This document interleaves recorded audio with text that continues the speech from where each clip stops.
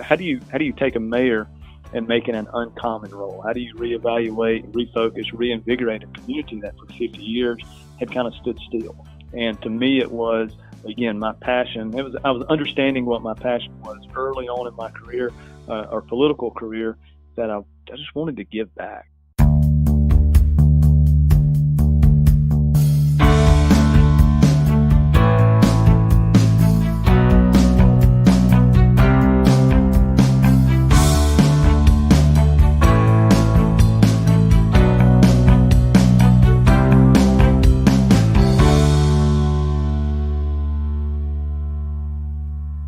Good afternoon and welcome to another episode of the Gov Gab radio podcast. I'm your host, Brian Andreyko. Thanks for being a part of this episode. Excited to have you here for our guest today, where we talk with Mayor Blake Sanders of West Pelzer, South Carolina. Had a really exciting conversation with him. He has a very small population. It's about 1,000 right there, thereabouts in South Carolina. And it was really intriguing to hear his thoughts where, although it's a lot smaller than maybe other jurisdictions, their challenges aren't that different. Certainly there's a different scale potentially, but they still go through a lot of the same challenges that other jurisdictions that are very large go through. So it was interesting to hear his perspective on that, hear some of the initiatives of the town and where they'd like to go, and get his feedback on why he decided to run for mayor and some of the things that was all about. So actually it's a pretty intriguing story, and I think you guys will really enjoy it. I'll make one ask before we jump in the episode. If you guys do enjoy this episode, or maybe you enjoyed episode 1 with Mayor Weinbrick, please head over to iTunes to our Operate Intelligently podcast. Please leave a review. Let us know how we're doing. Let us know how this Gov Gab radio podcast is doing for you guys. And if you had any feedback, that would be certainly appreciative. So without further ado, let's jump into our chat today with Mayor Blake Sanders. Blake, welcome to the podcast. Thanks for joining today. Absolutely. Thanks for having me. So I wanted to start off the conversation, because you have a couple of these roles here, which are kind of cool, where, you work for the city of Easley. You're the mayor of West Pelzer, and I want to get into all of that and kind of how you manage all that. But can you take a step back for the audience, just so they kind of understand your background a little bit, maybe the Cliff Notes version of kind of your background, schooling, how you maybe wanted to get into from a city planning standpoint and that type of avenue from a career. Maybe start there, and then that'll take us on a variety of tangents, I'm sure. Yeah, sure. So I grew up just outside of West Pelzer, a municipality of 880 people, and everyone knows everyone, and kind of all the children go to high school together, elementary school together, and middle school together, and so growing up in that small town, I always asked the questions, peeling back the onion of why is this city this small, and I'm not sure why my schooling, I guess, kind of led me to landscape architecture. My dad worked in a factory setting, and my mom was a self-starter and small business owner, and so I ended up applying to Clemson as an education major, and started my first semester there, and had to teach a 30-minute course in elementary, middle, and high school levels. And I realized that I didn't really love children as much as I thought I did, that I needed to take a step back and kind of figure out what I wanted my future to look like. I took a year off from school and worked at Southern Wesleyan University in their facilities and maintenance department. And I started working with the campus planner on some new apartment layouts and building layouts. And he said, you'd make a really good landscape architect. And I had no idea what it was, so I jumped in my truck, drove over to Clemson, met with the department chair of landscape architecture, and said, hey, I think I'd like to change my major over to this. And he told me, no, that you would not make a good landscape architect, that it was much deeper a field than I thought it would be.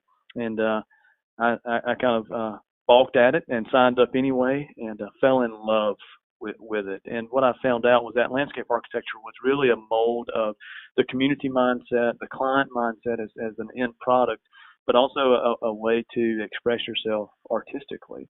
And started having fun, and it became a passion. I didn't know it was my passion until I stepped into it. And I was blessed enough to be able to intern with some larger companies that let me work on some projects across the globe.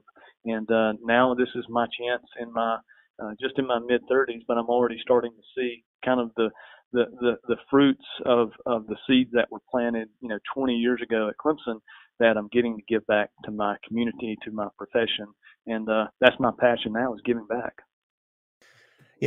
I mean, what was it from I guess, why did you decide to go in and work from a public sector side of the house, right? Go to work for the city of Easley. Why did you make that choice?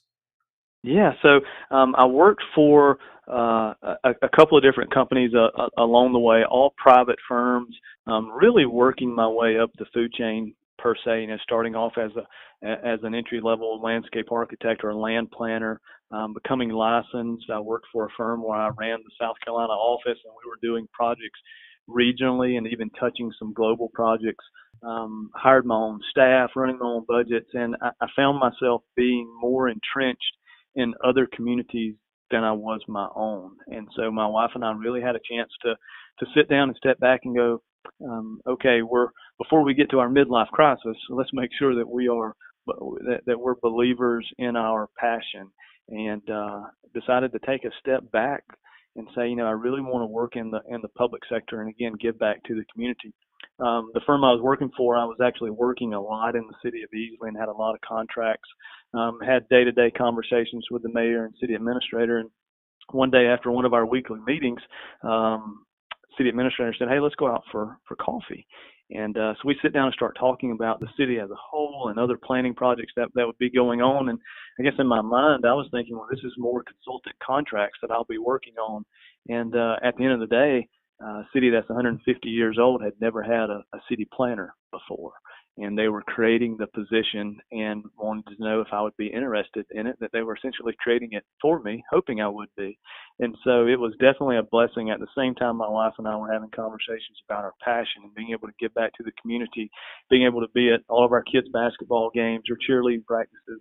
At the same time, we were being blessed on the other side by the city of Easley creating something for us. And all good things happen for a reason.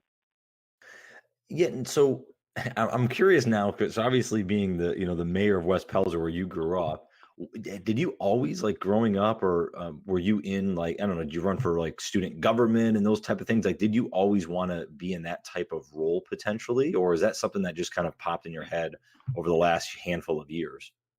Yeah, it definitely just popped into my head, and it's actually a funny story how we even got back to West Pelzer. Again, we grew up just outside of city limits, and I always told my parents, I'll never move back here. I'll never move back here. You're not as progressive as I want you to be. You don't see the whole world. You just see you're looking through blinders. And I realized then that I was definitely eating my words as I was saying it. My dad was probably laughing, knowing that I would be moving back. And so my wife and I were living in downtown Greenville, and we were still attending church back locally. And we drove by a home one day, and the guy was pushing the for sale by owner sign in the ground. And so we whipped in and looked at it, because we were looking at buying homes. And it was a fixer upper. It was 105 years or 100 years, almost 100 years old at the time. And my wife said, I really don't think I don't really not think I'm into that right now. I'd rather us maybe establish a family before we get into redoing homes. And I called the guy anyway and made him an offer, and had to explain to my wife later on that we had just purchased a house in the town of West Pelzer, and we would be moving from downtown Greenville in 30 days. And so that was a little awkward conversation to have with your wife about moving back to a small town. And then once we moved there, as small towns go, you see the folks at the grocery store or at church, or you see them at the elementary school, and they start to have conversations about, oh, you would be really good in a public service setting. And so I signed up to be on the planning commission. They thought my background fit that role, and decided to run for city council. And once I got on city council, I started really understanding how government worked. And for me, in a strong mayor form of government, I understood that to be transformative and to create a community that I had yearned for as a middle schooler or a high schooler, and while I was in college, that I needed to be able to make those decisions and create the environment that was really transformative. And kind of, how do you take a mayor and make it an uncommon role? How do you reevaluate, refocus, reinvigorate a community that for 50 years had kind of stood still? And to me, it was, again, my passion. I was understanding what my passion was early on in my career, or political career, that I just wanted to give back. I wanted to listen to the community, which was my client in my professional setting, and reinvest in them, and communicate my vision, have the big idea, and really start to think about commitment to the public sector. And that's really what started the whole conversation for being a mayor, was being able to invest in the public setting. What was one of the I guess biggest challenges, or maybe something you found out later on that you didn't really realize was going to be part of the process of running for mayor? Yeah, well, I didn't realize that running for mayor is very simple in a small town. There's not a lot of big banks backing you, or needing a lot of input from big donors per se. But meeting people and talking to them about what they actually wanted was different than what I perceived that their needs or wants would be. I found out that some of the standard principles from strong towns, or how to make a successful town, were things that they were looking for. One of the successful downtown principles that Mayor White in Greenville has always said is that you need to have more street festivals. And I knew that in the back of my head as I'm designing streets around the country. But then when I go and talk to some citizens that had lived in town for 40, 50, 60 years, and they were telling me, we want to have more festivals in town. We want it to be like it used to be, where we had sock hops and we had carnivals. And so they were telling me what the strong town principles were. And I didn't realize that would be the case. And so a lot of the learning curve for me was communicating the different ideas and trying to really regurgitate what they were saying into a planning principle. The other thing I didn't understand was how much time it would take. And having two children, I thought I didn't have much free time, but obviously I found a way to carve out more time to be a mayor. And for time, it's investing in it, it's embracing it, it's treasuring the time that while you're in office, while you're there. So being able to sit back and kind of see the fruits of what you've planted, is managing your time, but it's also enjoying your time. And I've definitely found what I'm passionate about, and I've over the course of my first term, I'm in the fourth year of my first term, I finally hit the point where I'm treasuring and enjoying my time in office. I'm having fun talking to people and letting them see that those things they told me 4 years ago, or three years ago, about what their vision was and what they wanted to embrace in the community, they're starting to see it come to a reality. And at the end of the day, that's what government is about. And the mayor's role is not to be a dictator, and it's not to make day-to-day decisions. The mayor's job is to be a visionary and be able to explain that and clearly communicate what that vision is. And so I'm truly enjoying my time as mayor now. That's actually a good thing to come back to. You had mentioned just a minute ago about kind of the time and how much it actually was to invest in that versus your kids and family and other job. Do you have any? Is there any, I guess, habits or routines that you regularly follow throughout the course of a day for time management, or just to kind of keep you sane? Maybe some days, I don't know.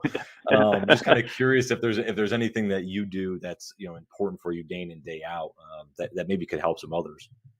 Absolutely. So on a daily basis, I am a husband, father, landscape architect, planner, mayor, and professor.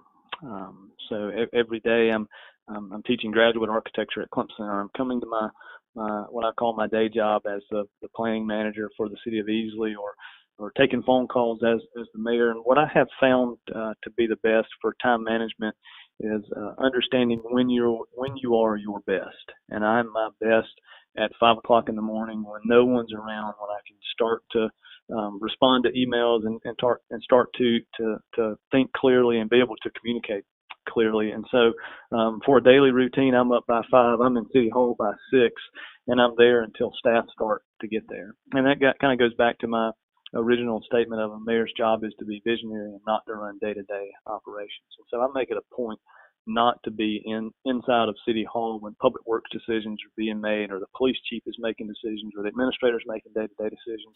Make it a point not to be there. And so I go back to that morning time.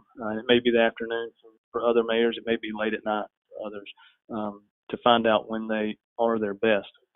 I caveat that with my first 2 years, I made a commitment to the city that I would be flexible with my time. And so I spent 2 days a week inside of the office, granted with my door shut so that staff didn't ask for day-to-day decisions.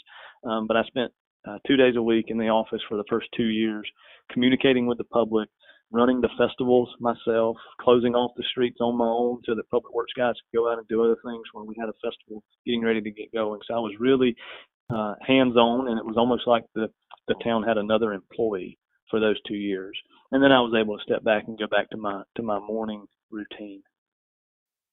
And did you set any, coming into being mayor, did you set any personal goals, that you want to achieve? And maybe it was because, you lived there in the past. Any ideas that you had in your head of things you wanted to accomplish? Yeah. So I would always want to start, in the middle of the fire. And there's the analogy of the potbelly stove, and it's the hottest at the center, and it starts to radiate out to other areas. And that could be true for a municipality. So I started at the heart and soul and the core. And when I would drive through town, there was 100% vacancy in our downtown. And I didn't count thrift stores as being a viable retail option. And so when I drove through town, there was nothing there. And so I had a simple goal for my first 2 years as mayor, is to have one business on Main Street that would be a viable business. And so I definitely set realistic goals that can be achieved.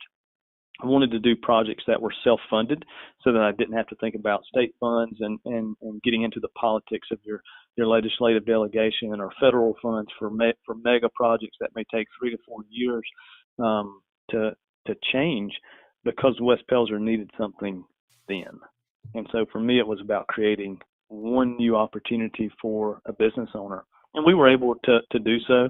I had a council member that owned a food truck that was thinking about opening up. And so the previous administration had built a park. And so we made the conscious decision to have a food truck on Main Street, which was actually our first business that we had. And so from that food truck, the city council, we bought a building to make City Hall. And so all of a sudden we had a City Hall on Main Street. And then came an antique shop, and then came a pizza joint, and then came the mom and pop meat and three restaurant, and then came the hair salon. So we started to build upon that one business really, really fast. And so in the course of just 3 years and a few months, we're maxed out. Our downtown, albeit the size of an electronics department in a Walmart, is full. And we're excited with what we have going on. We're starting to look now at, do we need to build new commercial and retail space? And what's the possibility of having an art gallery in the city? Questions that would have never been asked 4 years ago, we're able to ask now, just because that vision was clearly communicated and the mayor, council, and staff were committed to implementing that vision. Yeah, that's phenomenal that you guys were able to kind of make those improvements in just a short time frame. And can you talk about that a little bit in terms of how you work with the council and other staff members and how you guys communicate? Is there anything you guys do that, maybe you've seen other places haven't done as well, or what do you guys think you're doing that's working so great there? Yeah. So one of the first things I did as mayor coming in was that we set a strategic plan for council and staff. And so as many small towns do with reduced staff numbers, everybody kind of has to do everything, and that goes all the way up to the elected official level. So we started with the strategic plan. It kind of mapped out where we wanted to be and how we were going to get there. And so one of the first things we did was apply for a Municipal Association of South Carolina hometown grant. And we applied to do a master plan with our neighbor, the town of Pelzer, who was in a very similar situation economically. We were both economically depressed. And so from that master plan, we pulled 4 or 5 or 6 goals that everyone could be working on simultaneously, whether it be economic development or strategic wayfinding or implementing the vision in other facets. We all were working from the same sheet of music. And small towns all too many times are working independently from each other and not working together. And of the 271 municipalities in South Carolina, 200 of them are under 5,000 people. And so there's 200 mayors just like me that are facing those same problems, that can understand that you can work with your neighbor, that you're not competing against each other, and that everyone could be successful. And for me to sit down and be able to explain that to staff and to council, that no one's going to lose their job, no one's going to lose what their platform was when they ran for office. We're just going to all sing from the same sheet of music as we move forward. Sometimes the music changes. Sometimes new ideas come along, new business ventures come in fall into your lap, and you have to figure out how to fold them in. And that's okay, because the strategic plan document is intended to be malleable. And at the end of the day, that's what I explained to council, and everyone bought into it. And I think many small towns are kind of yearning for that leadership or that investment in time, where they can see that strategic plan moving forward, and then everyone wants to be a part of it. And so as a community starts to build, it's that potbelly stove effect, and that reinvigorated the downtown, and then it started spreading. And you started seeing stuff on the outskirts happening, and that's when the community becomes one, starts to work together. You mentioned something there I want to underscore about, obviously the other mayors around the state, where you said about 200 that are probably similar size. Do you get a chance to communicate with them or get into discussions and kind of not debate stuff, but kind of like learn from each other and kind of pull some knowledge here? Absolutely. So all 271 are part of the Mayor's Association of South Carolina, and we get together twice a year, and it's really just to hang out and talk to each other, and see what issues are being had, whether it's by Mayor Bagnall in Somerton, a town about the size of West Pelzer, or whether it's Mayor Benjamin in Columbia or Mayor White in Greenville. We like to tell each other, I like to kid with all of them that each municipality, while it's different, we're all scalable. Mayor Knox White in Greenville has the same issues that I have. Just because his police department is 200 and mine is 6 doesn't mean that we still don't have a police chief and a captain and a lieutenant and arrest records to go through and FOIA requests. We all have the same challenges. They're just on different scales. And one of the most important conversations I've had as a mayor with another one was with Mayor White, and I called him and said, hey, I'd like to get together with you and just catch up. And that's when I learned that each mayor, while they have their own struggles, each city has those. And Mayor White gave me 4 points for a successful city and how to be a successful mayor. And I always preach these to any other mayor that I talk to. And that's more street festivals, have tree-lined streets, be a greater voice for all of the residents, and have a commitment from the public sector to work with the private sector, not against them.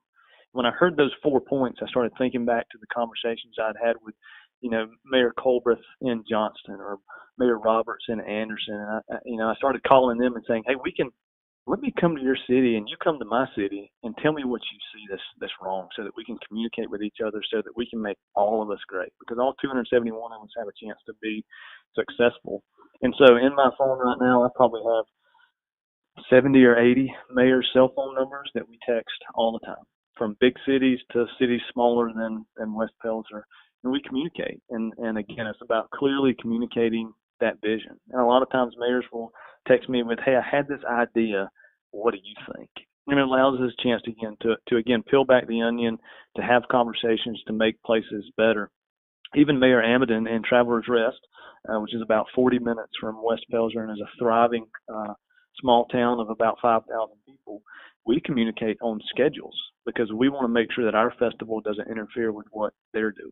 And so as the mayors start to communicate more, I think you'll see regions start to be more successful in that regard, as tourism and recreation.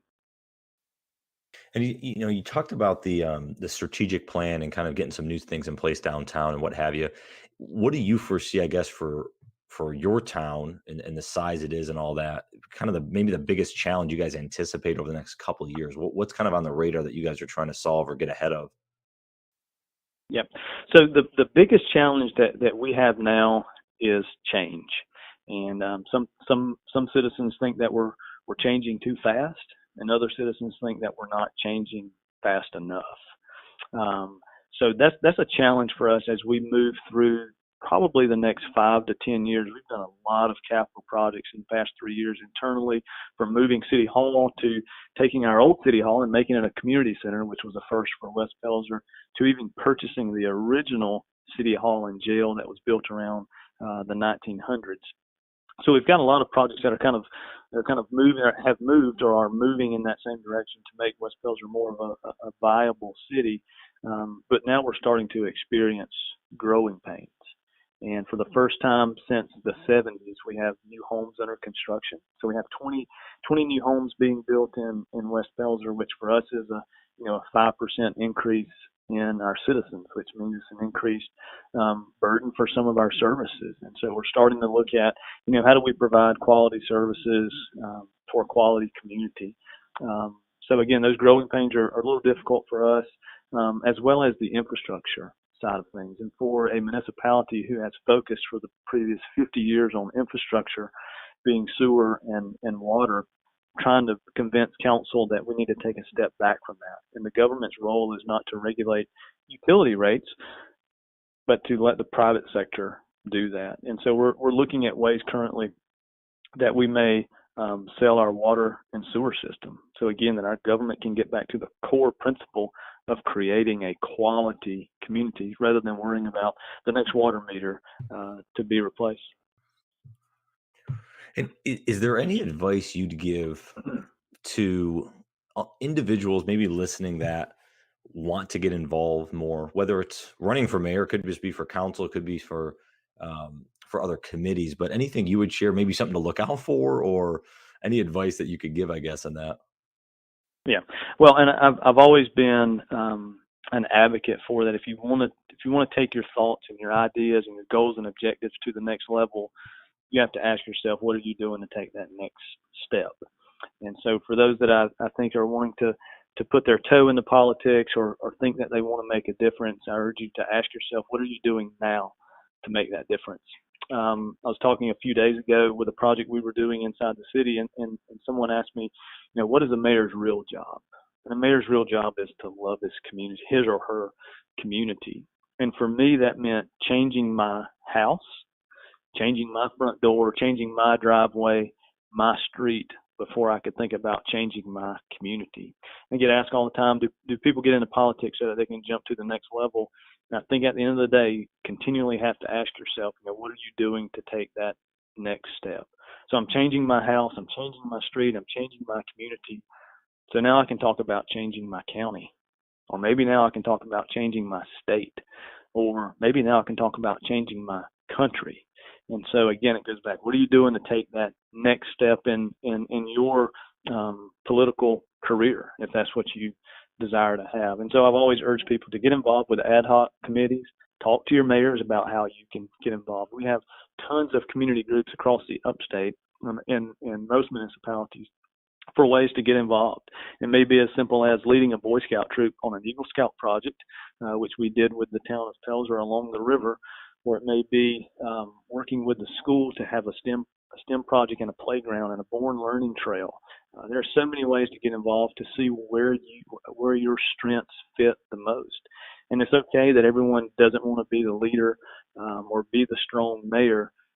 It takes a lot of people to make an organization run efficiently.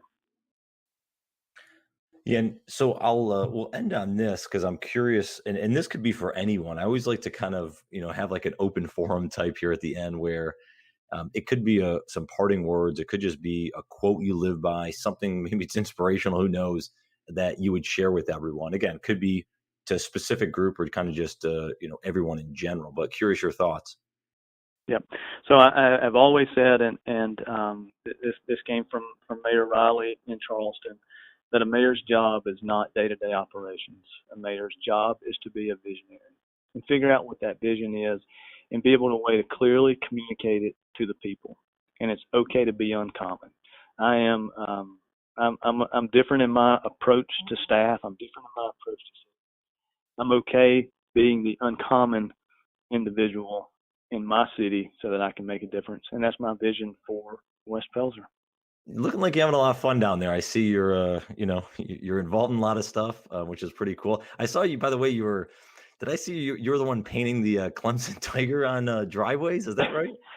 I am, and so it started off as a humorous Facebook post that as a mayor I was going to pass a resolution to paint tiger paws on Main Street after Clemson won the national football championship, and started receiving a lot of hate mail that not everyone was Clemson fans, and so I had to explain to people that I was just being humorous about it. But then I had someone ask me if I would paint one in their driveway. I thought, what, that's actually a really good idea. And so I put out on Facebook that, I'd made a template and I would be painting tiger paws on people's driveways. And I've received thousands of requests to do so. Been interviewed 10 times on media outlets. I have committed to 176 Tiger Paws in West Pelzer, Williamston area. And I've even committed to a few friends and former college roommates up in Greenville and over in the Clemson, Walhalla, Seneca area to go and paint some Tiger Paws out there. But at the end of the day, I was able to tell a story that people needed to hear in our current climate that we have, that not everything is divisive, and that while the Tiger Paw for some may mean college football, for me it's a symbol of love. It's a symbol of foundational principles that former college coaches had brought to the table and laid a foundation at Clemson. Coach Sweeney taught us how to love our neighbor, and that's what it's more about. And so I've had a very joyous time the past few days, going out, hanging out with people and having conversations and learning what their life is like, what struggles they may have, and painting Tiger Paws in their driveways. Because at the end of the day, a mayor's job is to love their community. Yeah, that's awesome. Well, I'll let you go on that note. It looks like you have a lot of work to do, so I don't want to take up any of your precious moments there. But thanks so much for taking time out on the podcast. Really enjoyed chatting with you. Absolutely. Thank you. Hey everyone, thanks for joining in this episode, and we really appreciate if you head over to iTunes, leave us a quick review, give us a rating. We certainly appreciate any feedback you can share so we can make this podcast better each and every episode. Thanks again for listening in. I hope you guys have a phenomenal day. Take care.